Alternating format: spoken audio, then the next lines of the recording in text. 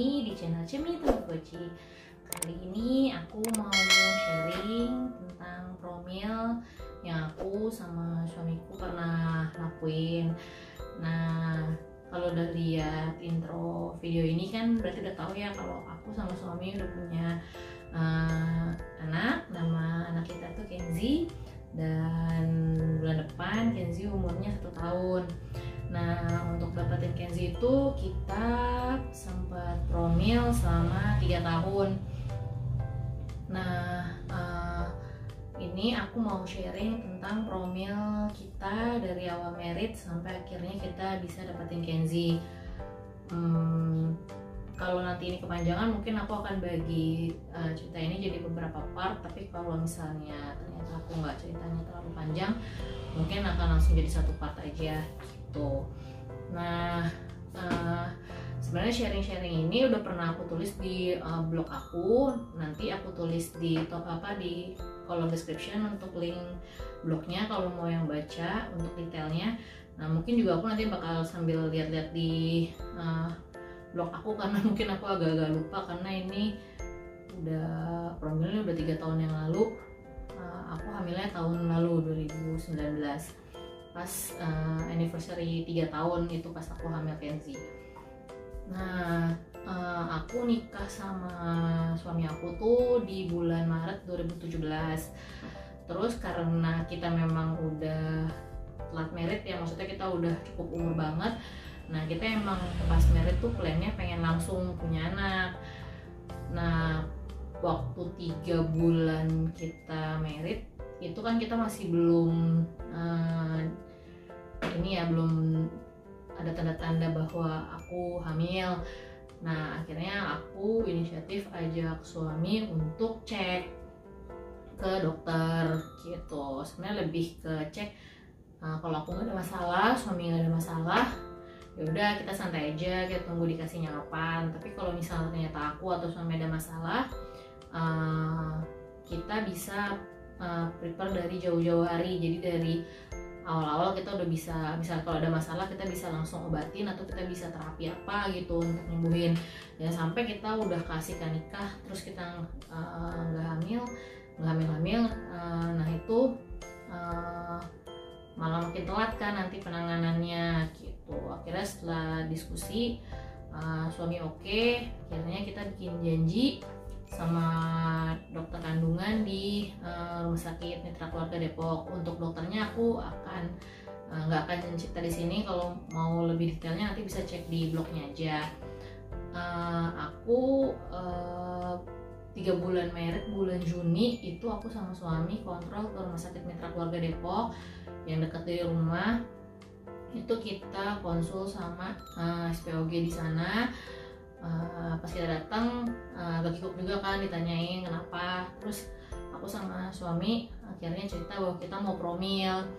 Terus dokternya juga tanya kita nikahnya udah berapa lama. Terus pas kita bilang baru 3 bulan dok, terus dokternya sempat kayak kaget, lo kan masih baru nikah gitu kan, kenapa mau promil. Terus akhirnya kita jelasin bahwa kita tuh udah telat nikah, kita udah cukup umur banget dan pengen cepet langsung punya anak gitu, nggak mau nunda-nunda lama. Nah, terus akhirnya dokternya bilang bahwa biasanya sih yang promil tuh minimal 1 tahun nikah baru promil gitu. Terus tapi katanya kalau memang mau promil ya nggak apa-apa juga gitu. Terus akhirnya dokternya tuh info kita bahwa ada 3 syarat penting kalau mau hamil.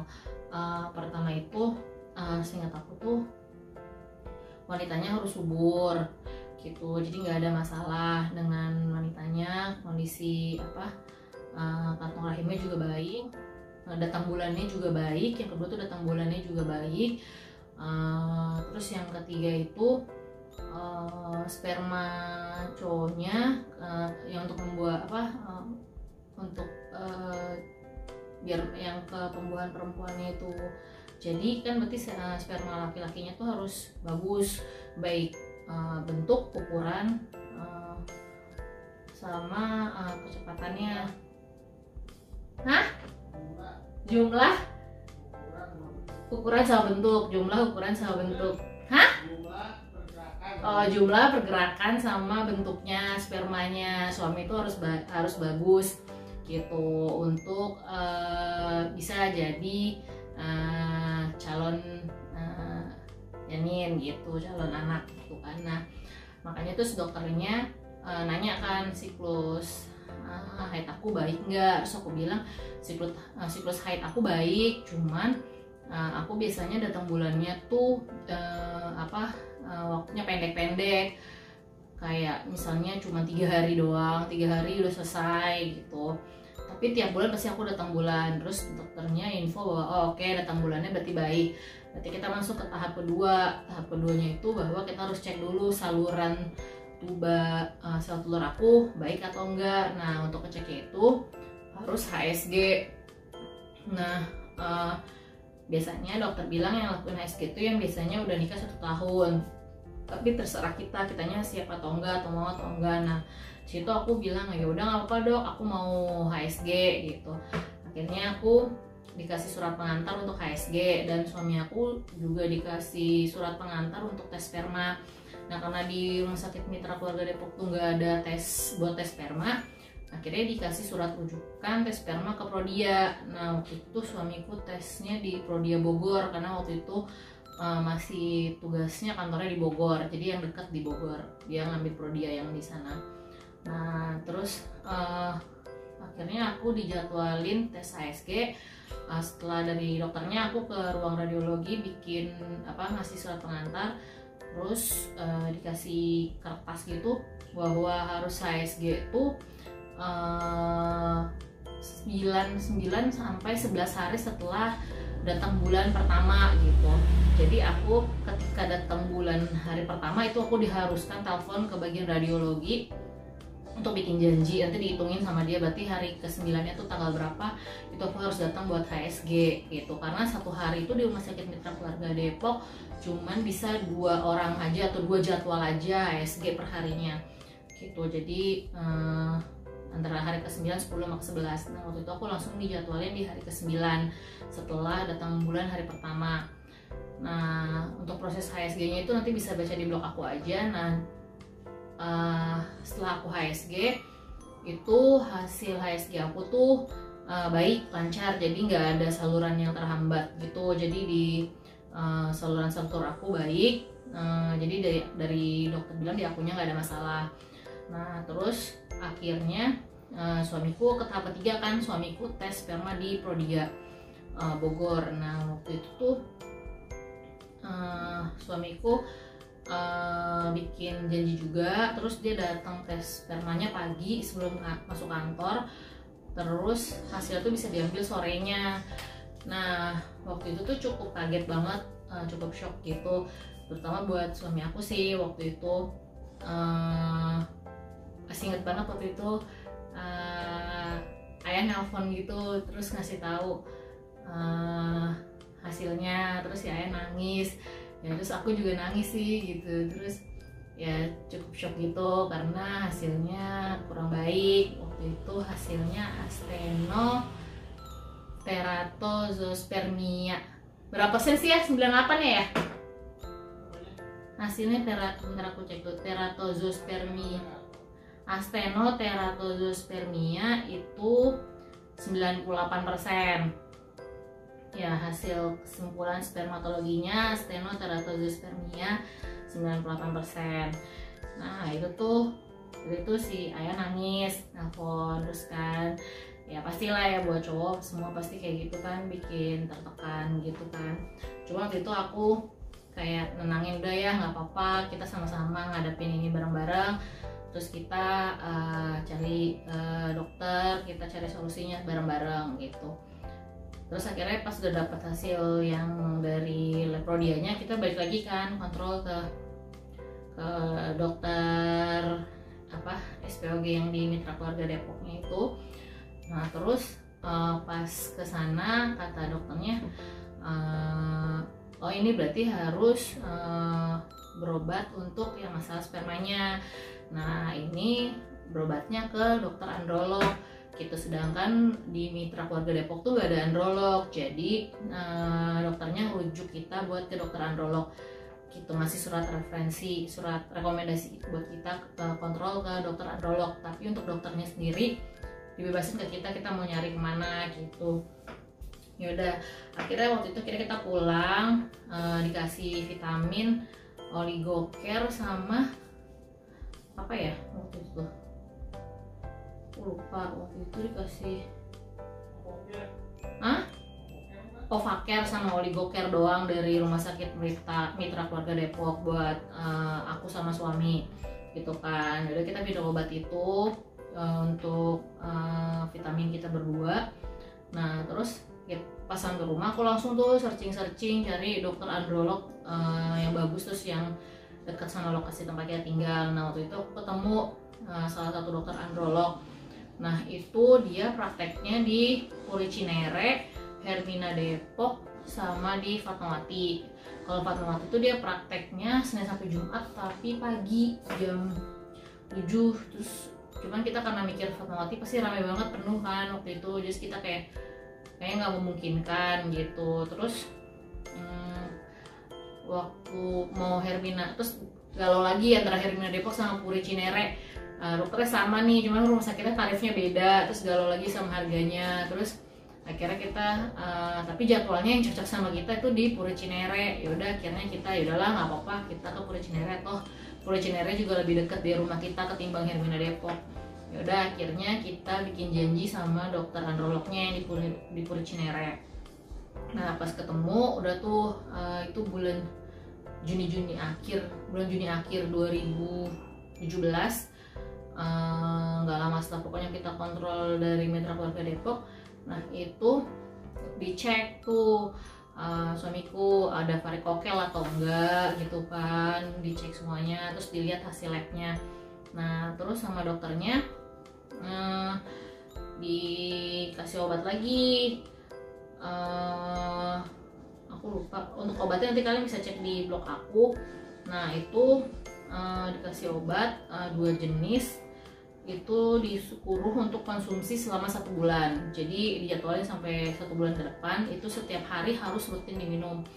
Nah setelah minum obat itu nanti bulan depan tuh harus tes sperma lagi. Habis tes sperma lagi baru kontrol lagi ke dokter androlognya. Nah itu tuh kita jalanin tuh kurang lebih sampai 2 kali, dan alhamdulillah hasilnya tuh selalu naik gitu, jadi lebih baik gitu. Dari yang tadinya suamiku astenoteratozospermia itu hasilnya naik gitu, jadi baik itu. Aku lupa itu yang selanjutnya tuh dia jadi astenozospermia gitu. Itu astenoteratozospermia itu kan permasalahannya itu dia dari bentuk sama kalau asteno itu kan pergerakan, kalau terato itu bentuknya. Jadi suamiku tuh ada masalah di pergerakan sperma sama di bentuk spermanya gitu. Nah itu kan akhirnya minum obat dapat dari androlognya, terus bulan berikutnya tes sperma hasilnya naik bagus, jadi astenozospermia gitu. Terus konsumsi obat lagi. Nah itu tepatan sama suamiku tuh kena TB waktu itu, dan obat TB itu kan keras banget dan harus sebulan full minum obatnya. Nah itu tuh kayak obat dari si dokter androlognya tuh kayak kalah gitu, jadi akhirnya sama androlognya disuruh stop dulu obat untuk promilnya.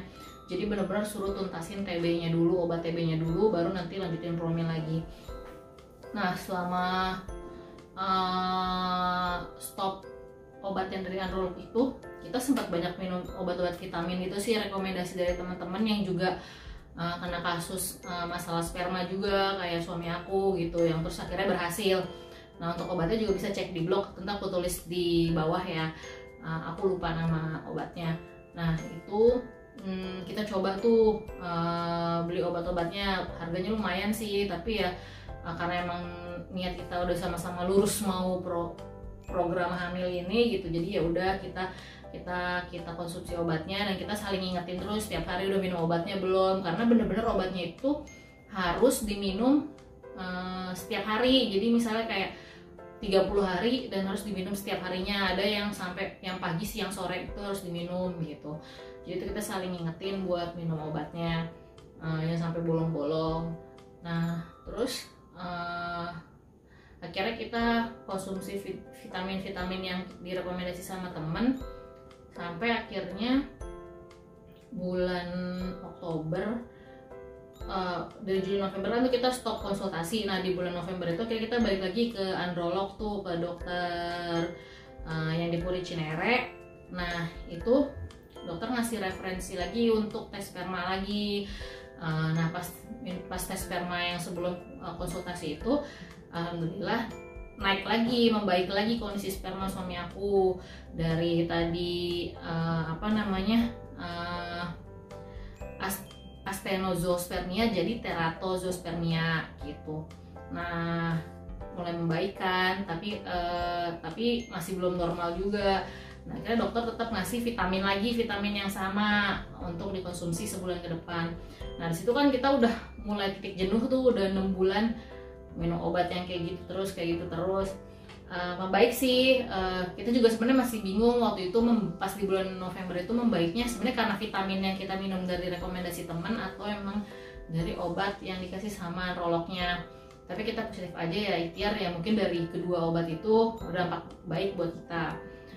Nah terus akhirnya kita sama-sama diskusi, terus kita mikir udah deh nih, kita udah mau 2 tahun program kayak gini, gimana nih kita mau mutusin apa gitu. Akhirnya aku sama suami diskusi mau coba inseminasi gitu. Nah waktu itu kita cari referensi rumah sakit buat inseminasi. Nah tadinya kita dapat ada 2 rumah sakit buat inseminasi. Pertama di Rumah Sakit Permata Depok karena dekat banget sama rumah kita. Terus di situ kita lihat ada kayak khusus buat fertilisasi gitu, untuk bayi tabung sama buat inseminasi. Terus yang kedua kita dapat rekomendasi dari adik ipar aku di Rumah Sakit Suryatni Bogor. Nah di situ akhirnya pas coba-coba tanya harganya, karena di Rumah Sakit Suryatni Bogor itu masih baru banget program insemnya, dan kebetulan mereka waktu itu lagi ada promo inseminasi. Yaudah kita mikir kayak yaudahlah kita coba dulu yuk yang murah dulu nih, insem di Bogor. Kalau nanti gagal baru kita coba di Permata yang harganya di atas Suryatni. Jadi kan istilahnya nggak sia-sia ya, kita udah buang-buang duit gitu, maksudnya dari yang murah dulu aja nyobanya gitu. Ya udah kita ikhtiarkan, akhirnya coba ke Rumah Sakit Suryatni Bogor. Terus waktu itu kebetulan kita pilih dokter cowok. Nah itu dokternya salah satu yang ngedirin rumah sakitnya juga. Nah kita lihat cek jadwalnya, ternyata dia ada jadwal di hari Sabtu. Ya udah akhirnya kita mutusin yuk kita Sabtu aja pas libur kerja kita kontrol gitu. Nah akhirnya aku sama suami ke Rumah Sakit Suryatni kontrol. Pas datang ditanyain sama dokternya, nah, kalian mau ngapain gitu. Kita langsung bilang kita mau inseminasi dok gitu. Terus kata dokternya kenapa gitu kan, ya soalnya kita udah cek, aku udah HSG dan hasil aku normal, terus suami ada masalah, dan kita udah beberapa kali tes ke androlog tapi hasilnya masih membaik tapi belum ke arah normal gitu, masih stuck di terato gitu. Terus akhirnya dokternya minta ngelihat hasil HSG aku sama hasil labnya suami. Terus dokternya juga nanya gimana siklus haidnya, sama tuh kayak waktu SPOG yang di Mitra Keluarga Depok kan nanya tuh biasanya haidnya gimana. Terus aku bilang haid lancar sih dok, cuman biasanya aku sebulan tuh dapet paling cuman 3 hari aja gitu kan, gak pernah lebih dari 3 hari udah selesai gitu. Terus dokternya tanya pernah ada telat atau bolong nggak datang bulannya. So aku bilang pernah 2 kali, itu tahun 2017 akhir pas aku ke Korea sama 2017 akhir pas aku ke Korea. Nah itu sempet telat datang bulan tuh gitu kan. Nah aku pikir itu aku hamil gitu, jadi kosong sebulan, terus bulan depannya baru dapat lagi, ternyata enggak gitu kan. Tes pack ternyata negatif, terus akhirnya dapet gitu. Terus dokternya ngomong kayaknya kemungkinan PCOS nih katanya dokter gitu kan, PCO gitu kan. Aku udah tahu sih, aku sebelumnya udah sempat searching kan tentang permasalahan kehamilan. Kalau perempuan biasanya permasalahannya apa sih, kalau laki-laki permasalahannya apa. Nah aku udah tahu tuh PCOS itu apa gitu kan, konsep keseluruhan PCOS itu apa. Nah udah sempat deg-degan juga kan, waduh PCOS nih gitu kan. Terus kata dokternya aku tetap positif kan, tapi hasil HSG saya bagus dok, kata dokternya. Nggak ada masalah, saluran tubanya lancar gitu kan. Ya tapi kan sebenarnya kan kalau HSG kan saluran tubanya yang dicek yang lancar ya, tapi kan untuk PCOS itu kan sel telur, sebenarnya beda sih case-nya. Terus akhirnya si dokternya benar nyuruh aku untuk cek dulu. Akhirnya aku di USG transvaginal gitu, dilihat sel telurnya, dan ya benar ternyata aku PCO gitu kan, PCOS. Jadi kalau yang mau nanya PCOS itu apa sih gitu, aku selalu nggak pernah hafal untuk menjabarkan PCO itu apa. PCO itu Polycystic Ovarian Syndrome atau PCOS. Itu merupakan gangguan hormon yang terjadi pada wanita di usia subur. Jadi sebenarnya penderita PCOS itu ngalamin gangguan menstruasi dan memiliki kadar maskulin tuh yang lebih. Jadi untuk gambarannya kan, kalau untuk wanita hamil itu biasanya sel telurnya itu harus sampai di ukuran normal, yaitu 18 sampai 23 mili ukuran sel telurnya. Nanti dia mateng, pecah. Nah itu datang sperma, baru akhirnya jadi pembuahan, jadi nanti jadi janin lalu hamil.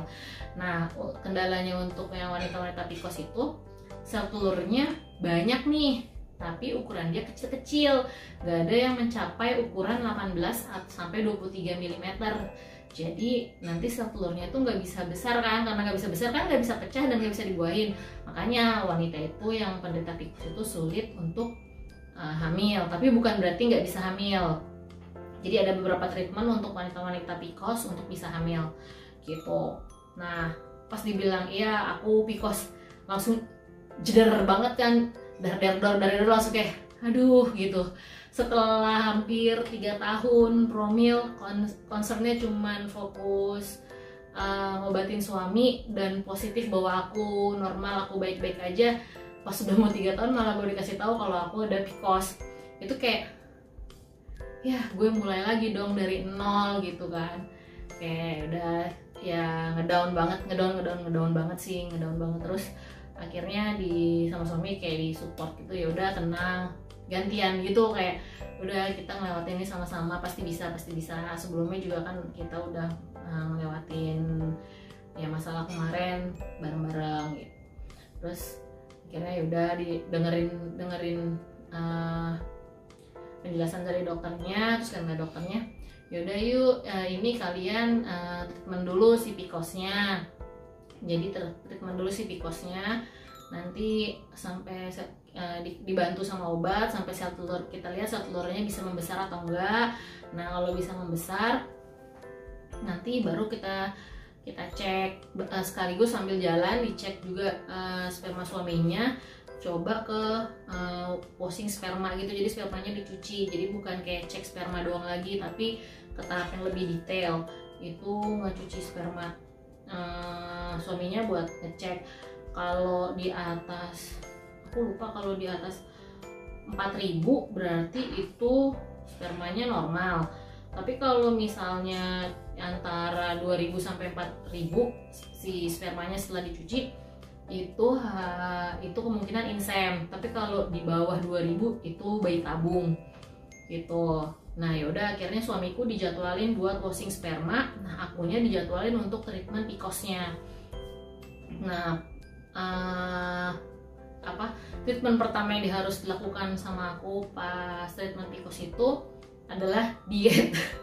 Diet pertama karena aku PCOS itu salah satu permasalahannya tuh selain ada riwayat diabetes, yang kedua itu kegemukan gitu. Tapi nggak memungkinkan juga untuk yang kurus itu punya PCOS, karena ada teman aku yang PCOS juga dan dia tuh sama sekali nggak gendut, dia kurus tapi dia juga PCOS gitu. Jadi nggak memungkinkan juga yang kurus bisa untuk PCOS.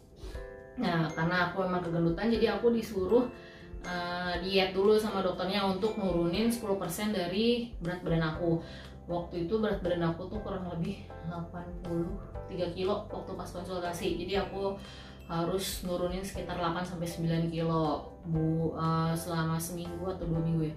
Seminggu sampai 2 minggu lah gitu, untuk nurunin berat badan aku gitu. Jadi bener-bener pas mulai Seninnya itu aku kontrol Sabtu, Seninnya aku langsung mulai diet untuk nurunin berat badan gitu sambil nunggu jadwal kontrol berikutnya.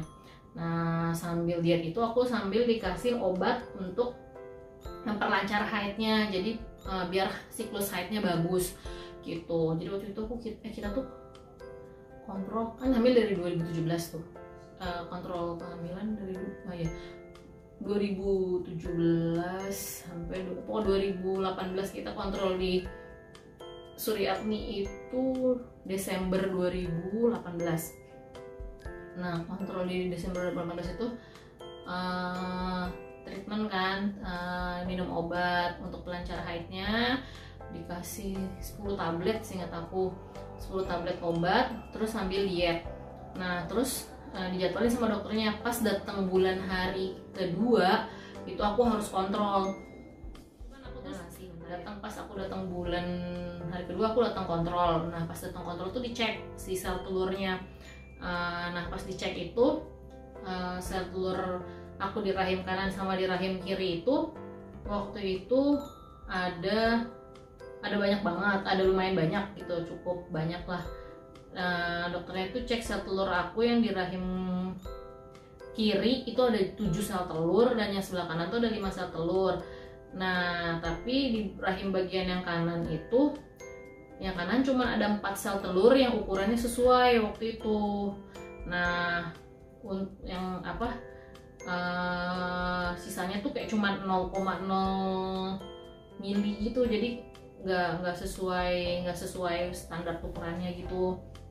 Terus nah akhirnya dari 4 sel telur itu yang ukurannya sesuai sama dokter kan akhirnya dikasih obat lagi untuk pembesaran sel telur, dikasih obat untuk pembesaran sel telur. Nah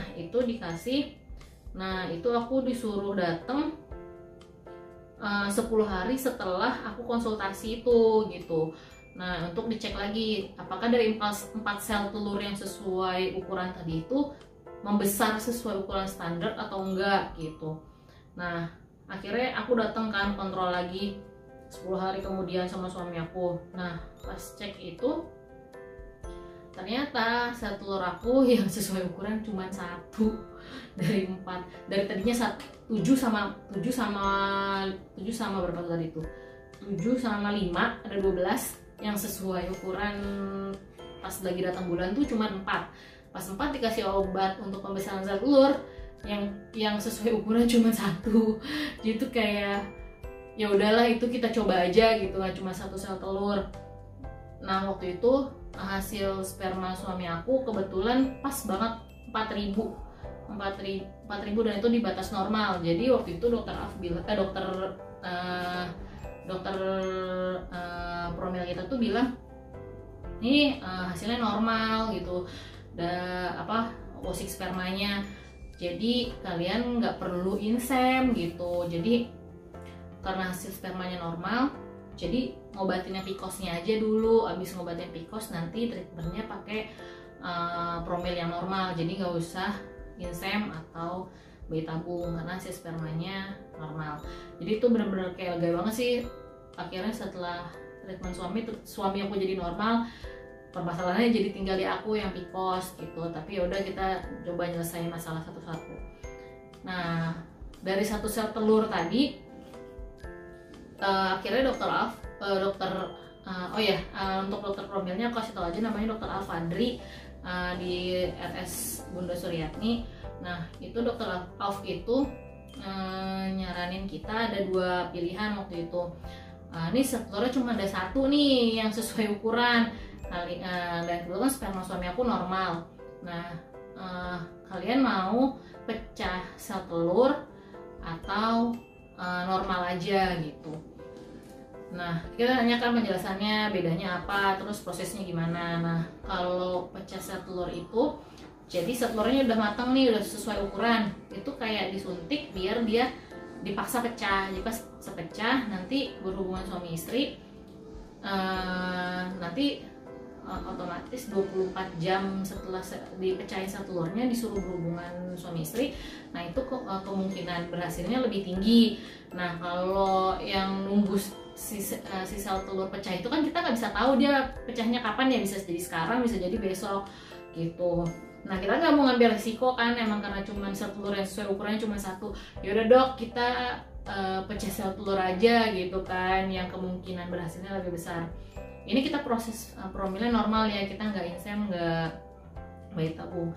Nah terus akhirnya kata dokter, oh ya udah pecah sel telur ya gitu. Akhirnya dokternya ngeresepin obat buat pecah sel telur kan. Terus dari bagian farmasinya datang tuh nganterin suntikan buat pecah sel telur.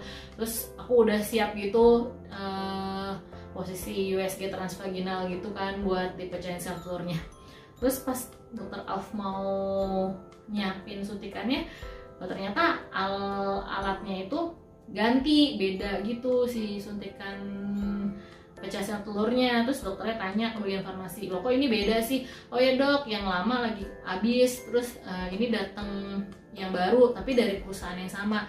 Nah dokter Alf ini kan belum disosialisasiin cara penggunaan si pecah sel telur yang baru ini. Terus dokter Alf bilang, saya nggak mau ambil resiko, takutnya nanti ini saya belum pernah disosialisasiin cara penggunaannya gitu, takutnya nanti pas dipakai gagal, ternyata sel telurnya nggak pecah, kitanya kan tetap bayar, kaliannya yang rugi, jadi saya yang di kaliannya. Better mendingan gak usah pecah sel telur deh, kata dokternya, cara normal aja, saya nggak mau ambil resiko kan, karena saya belum sosialisasiin dan ini beda sama yang sebelumnya gitu. Yaudah kan kita juga jadi panik kan, orang dokternya aja belum pernah make, daripada salah. Yaudah dok, kita coba yang cara biasa aja, cara alami. Nah kalau emang cara alami ini gagal, jadi kita treatment lagi dari awal, bulan depan kita pakai yang pecah sel telur gitu. Yaudah kan kita kita legowo aja, yaudah kita pakai cara yang alami. Terus dokternya ngejadwalin. Nah biasanya pecah sel telur itu jadwalnya itu 2 kali 24 jam. Nah gitu, dan sperma biasanya bertahan di dalam rahim itu selama 24 jam gitu. Jadi kita disuruh selama 2 hari berturut-turut, karena kita nggak tahu kan dia pecahnya kapan, jadi kita selama 2 hari berturut-turut disuruh berhubungan suami istri gitu, karena kita nggak tahu pecahnya akan malam ini atau besoknya gitu kan, besoknya atau lusa gitu. Jadi akhirnya dokternya kasih obat untuk membantu rangsang sisa telurnya pecah itu. Kita dikasih obat itu, pas pulang dokternya dokternya ngeresepin obat itu untuk diminum. Nah 24 jam dari obat itu diminum, kita disuruh berhubungan suami istri selama 2 hari berturut-turut gitu. Ya udah kita ikutin jadwal yang dikasih sama dokternya. Ya udah kan akhirnya pulang langsung minum. Terus kebetulan besoknya tuh weekend, Sabtu Minggu. Ya udah Sabtu Minggu terus udah kita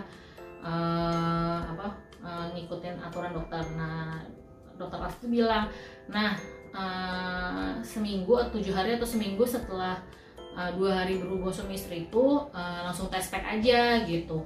Nanti kalau hasilnya ada 2 garis terus agak ngeblur atau kayak nggak jelas, tetap datang ya buat kontrol kesini gitu. Yaudah kan kita positif aja, yaudah kita ikhtiar, semoga hasilnya positif gitu. Terus udah tuh kita minum obat, terus pulang Sabtu Minggunya ngikutin jadwalnya dokter. Terus pas seminggu berikutnya, pas hari Minggunya itu kan, pas udah seminggunya ini kan coba tes terus ternyata cuman garis 1. Ya udahlah, oh ya udahlah gitu kan, kita kayak ya berarti belum berhasil nih. Itu bulan apa ya? Oh itu bulan Februari gitu, kayak ya udahlah kita akhir Februari, bulan Maret itu bulan Maret itu kayak ya udahlah kita mungkin belum berhasil nih treatment yang ini, kita harus coba lagi bulan depan yang pecah sel telur gitu. Itu hari Minggunya. Terus sampai jadwal dokternya kita kontrol pas weekend minggu depannya. Pas weekend minggu depannya itu kita kontrol, karena akhirnya kan itu Minggu, terus hari Sabtunya kita kontrol tuh, kita datang. Dan waktu itu kita lagi nggak bikin janji gitu, kita tiba-tiba datang aja ke rumah sakitnya. Biasanya emang nggak terlalu ramai juga sih, maksudnya kalau kita datangnya agak on time. Biasanya kita sekalian ke rumah orang tua di Bogor, jadi kita datang bikin janji, ntar kita kontrolnya sore. Pas pagi datang, kita mau treatment buat obat lancar haid lagi kan, untuk konsultasi lancar haid lagi dari awal. Terus pas mau bikin janji, kata perawatnya, dokter Alfnya cuti. Oh gitu, cuti ya sus. Iya ya udah deh, kita minggu depan aja balik lagi gitu. Yaudah kan, iya cuti balik lagi, papa masuk lagi Senin gitu. Yaudah kita minggu depan aja deh gitu kan. Yaudah pulang. Terus pas pulang hari Selasanya itu kan berarti udah 2 minggu lebih ya, kok aku masih belum datang bulan juga gitu kan. Udah 2 minggu lebih tuh, udah telat hampir 2 minggu kan, berarti aku kok nggak datang bulan juga gitu. Itu malam, Selasa malam, jam 9-an gitulah, udah mau tidur gitu. Terus akhirnya aku lagi ngomong sama suamiku, ini kok udah 2 minggu lebih ya, udah belum datang bulan, harusnya jadwalnya kemarin nih gitu kan, hari minggu lalu sebenarnya jadwalnya gitu kan, hari Kamis kemarin gitu.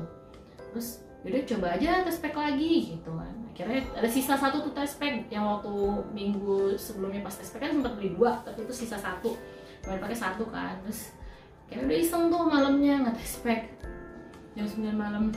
Terus pas dilihat garis 2 itu udah kayak seneng, terus speechless gitu kan, karena udah 2 tahun pas ngalamin 2 kali telat datang bulan, terus ternyata cuma garis 1, jadi kayak udah PHP gitu, kayak udah males gitu kan.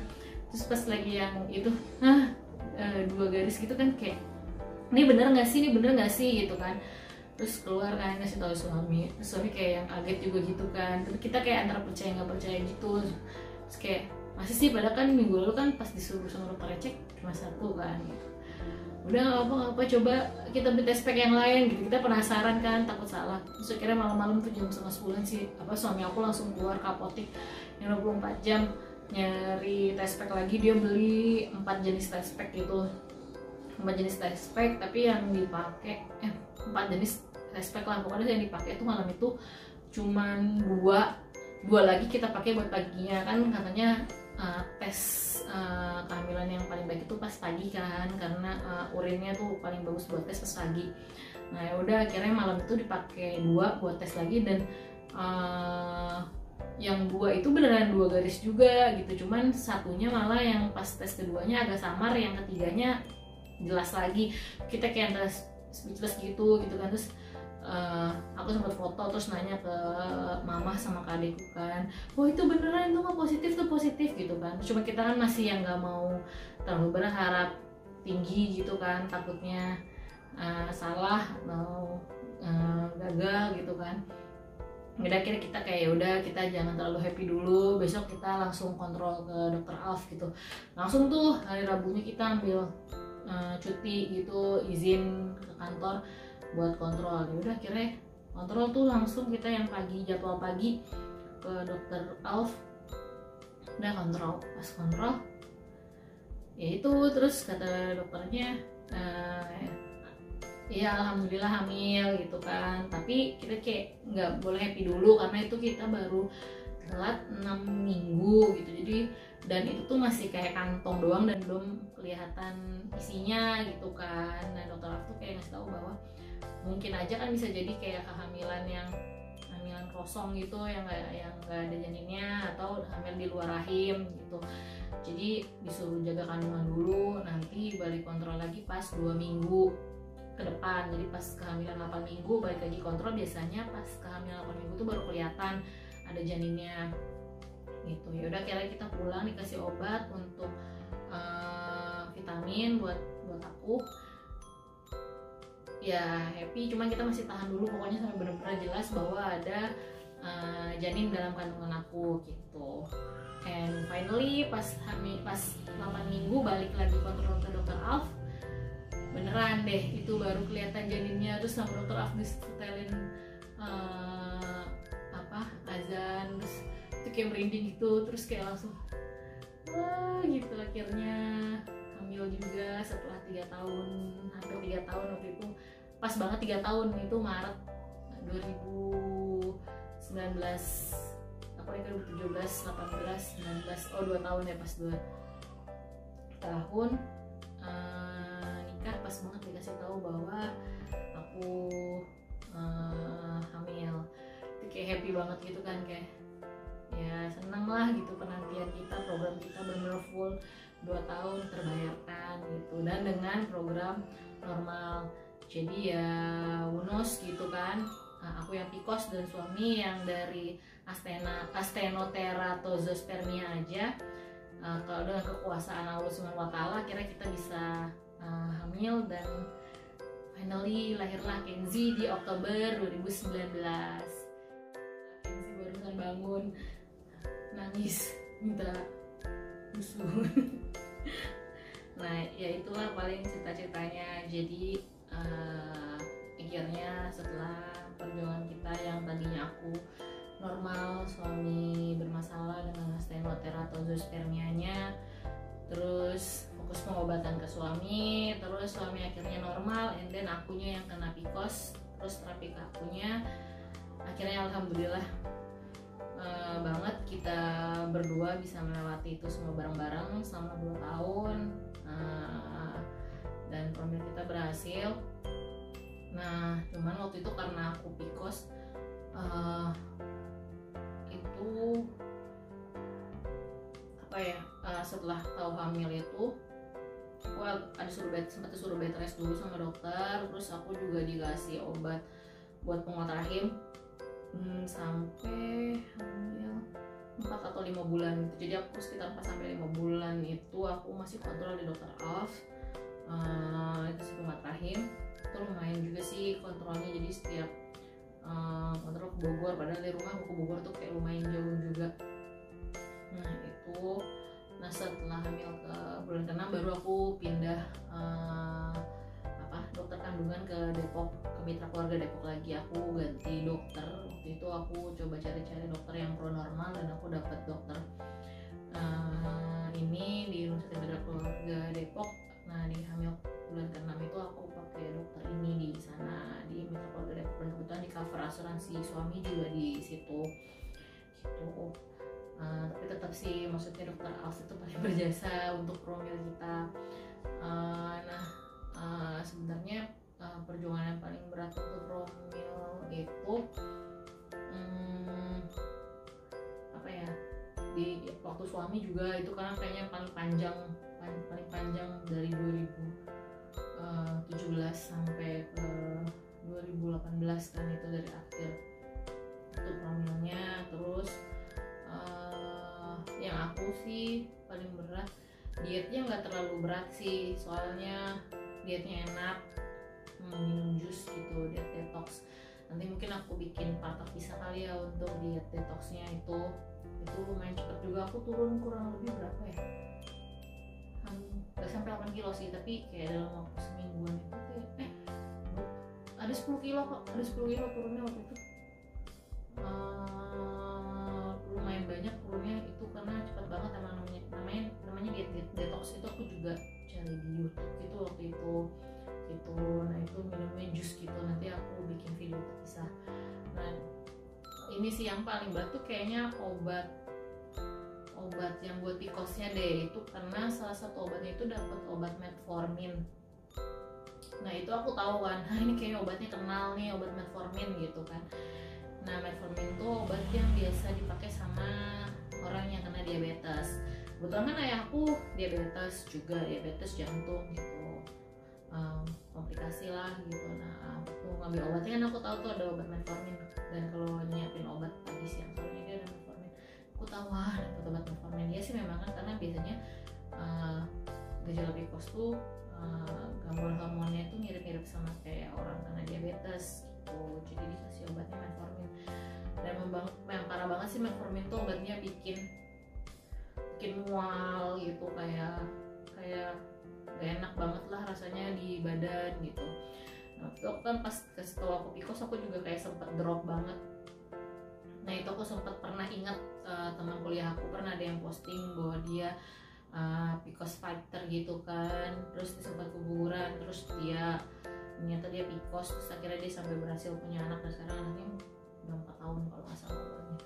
Nah itu aku sempat nanya sama dia, aku sempat waktu pas aku ngedown banget di kantor kepikiran kan, aduh gue PCOS gimana nih, gue harus apa ya gitu kan. Setelah cuma minum obat dari dokter, gue harus cari cita atau cari support dari orang yang pernah berhasil hamil karena PCOS gitu. So ya kayak temen gue pernah posting di IG story-nya dia kalau dia tuh pernah PCOS gitu.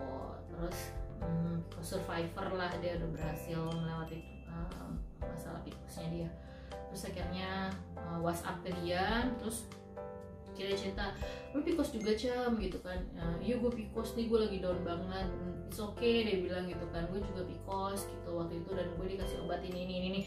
Ternyata obat yang dia kasih itu sama kayak obat yang dikasih sama dokter aku gitu kan. Nah terus dia bilang iya, pas dia minum si metforminnya itu, pas minum obat dari dokternya tuh pas sebulan dia sempet kayak nggak kuat gitu, yang kayak muntah parah, mual parah, terus kayak nggak enak badannya parah banget lah. Akhirnya sampai dia berhenti. Jadi dia kayak udah 2 bulan dia berhenti, terus dia konsumsi lagi. Nah pas bulan keempat dia konsumsi itu baru akhirnya dia berhasil hamil. Nah terus dia cerita, tapi temen gue juga ada Cem yang berhasil sebulan dia fullin tuh, dia treatment bener-bener minum si metformin, obat PCOS-nya yang dari dokter. Nah itu langsung berhasil hamil. Nah disitu kan gue kayak positif banget kan, kayak oh ternyata ada kalau orangnya bener-bener fokus, ya udahlah enak-enak dijalanin aja gitu. Sebulan ada yang berhasil hamil gitu, dan terbukti sih alhamdulillah di aku sama suami kita treatmentnya PCOS-nya sebulan itu langsung berhasil kan. Nah maksudnya jadi berarti memang kita pelajarannya juga kita emang harus benar-benar apa ya, positif, terus ya dijalanin aja, enak gak enak ya kan. Tapi tetap sih balik lagi ke kondisi tubuh setiap orang beda-beda. Karena temen aku ada yang promil juga, dia bilang dia minum metformin itu udah sampai yang dosis paling tinggi, dia tuh bisa benar-benar sampai kayak jerawatan semua mukanya, sampai parah banget jerawatnya gede-gede gitu. Terus dia kayak nggak sanggup gitu kan, dia akhirnya berhenti, terus baru dia lanjutin lagi gitu. Jadi memang dibalikin lagi ke kondisi tubuh masing-masing gitu. Nah yang penting kitanya kita tetap positif, terus kitanya tetap terus mau coba gitu supaya promilnya berhasil. Nah, aku cuma bisa ngasih support semangat untuk teman-teman atau yang lagi berjuang untuk promilnya.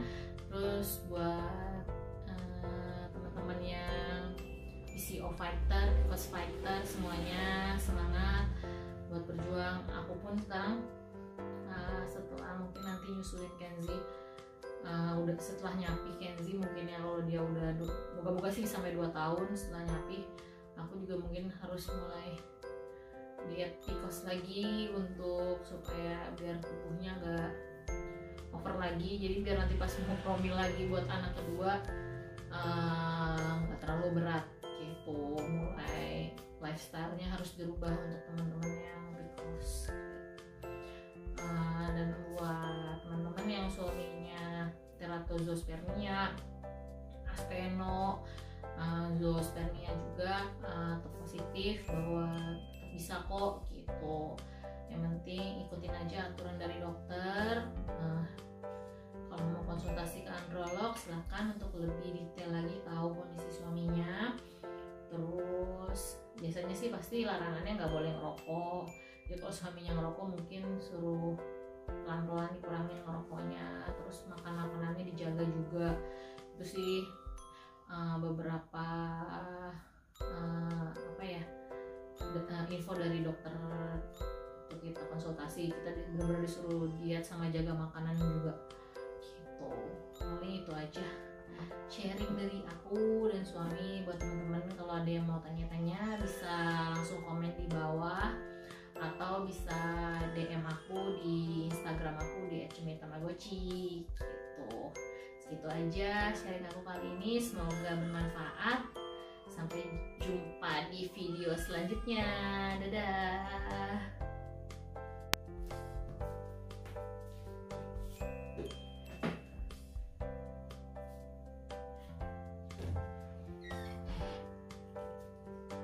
Bapak Leo? Boleh. Boleh aja, ini tinggal dipotong. Termasuk ini belakangnya.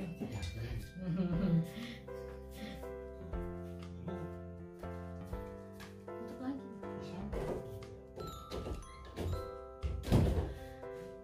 Nah, jadi sebenarnya sih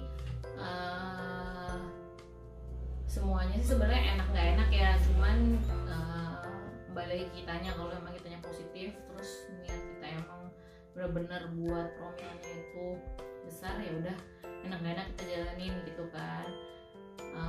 Tapi tetap sih balik lagi ke kondisi tubuh setiap orang beda-beda. Karena teman aku ada yang promil juga, dia bilang dia minum metformin itu udah sampai yang dosis paling tinggi, dia tuh bisa benar-benar sampai kayak jerawatan semua mukanya, sampai parah banget, jerawatnya gede-gede gitu. Terus dia kayak nggak sanggup gitu kan, dia akhirnya berhenti, terus baru dia lanjutin lagi gitu. Jadi memang dibalikin lagi ke kondisi tubuh masing-masing gitu. Nah, yang penting kitanya kita tetap positif, terus kitanya tetap terus mau coba gitu supaya promilnya berhasil.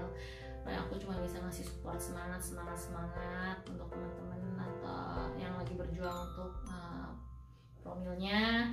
Terus buat teman-teman yang PCO fighter, PCOS fighter, semuanya semangat buat berjuang. Aku pun sekarang setelah mungkin nanti nyusulin Kenzi, udah setelah nyapi Kenzi mungkin ya, kalau dia udah moga-moga sih sampai 2 tahun setelah nyapi, aku juga mungkin harus mulai diet PCOS lagi untuk supaya biar tubuhnya nggak over lagi. Jadi biar nanti pas mau promil lagi buat anak kedua nggak terlalu berat gitu. Mulai lifestyle-nya harus dirubah untuk teman-teman yang PCOS gitu.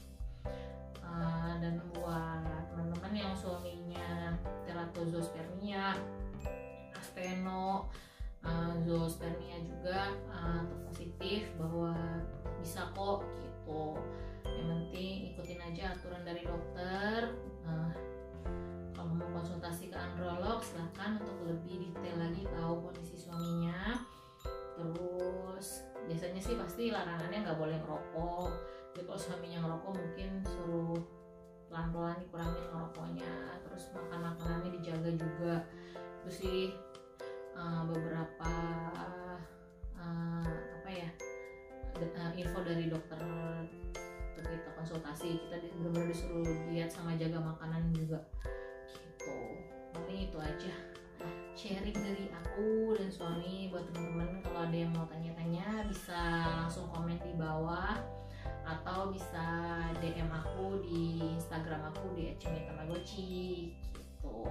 Segitu aja sharing aku kali ini, semoga bermanfaat.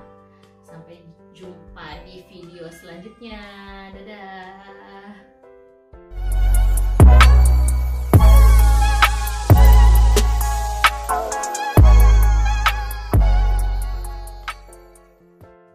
Bapak Leo? Boleh aja, ini tinggal dipotong. Termasuk ini belakangnya.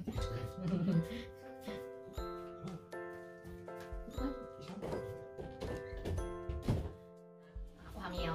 Nah, di sini aku mau sharing cerita-cerita sedikit tentang promil aku. Jadi terus ya dijalanin aja, nggak enak ya. Mati lampu. Mati lampu sini.